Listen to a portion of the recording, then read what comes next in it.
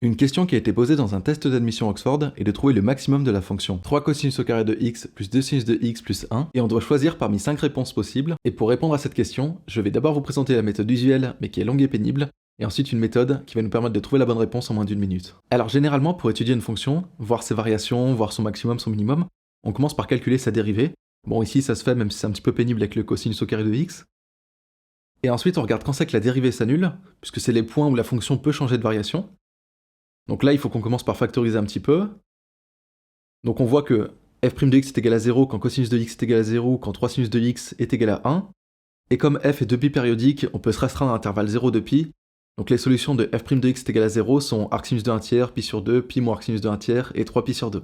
Donc si f admet un maximum, c'est l'image d'une de ces valeurs. Et autant c'est facile de calculer f de pi sur 2 ou f de 3 pi sur 2, autant si vous connaissez pas par cœur vos formules de trigonométrie, ça va être très compliqué de calculer, par exemple, l'image de arcsinus de 1 tiers. Je vais maintenant vous présenter de manière beaucoup plus simple et beaucoup plus rapide. Si on veut maximiser f, comme cosinus de x et sinus de x sont compris entre moins 1 et 1, on peut se dire qu'une assez grande valeur de f est quand cosinus de x est égal à 1. Donc par exemple, si x est égal à 0, alors cosinus de x est égal à 1 et sinus de x est égal à 0.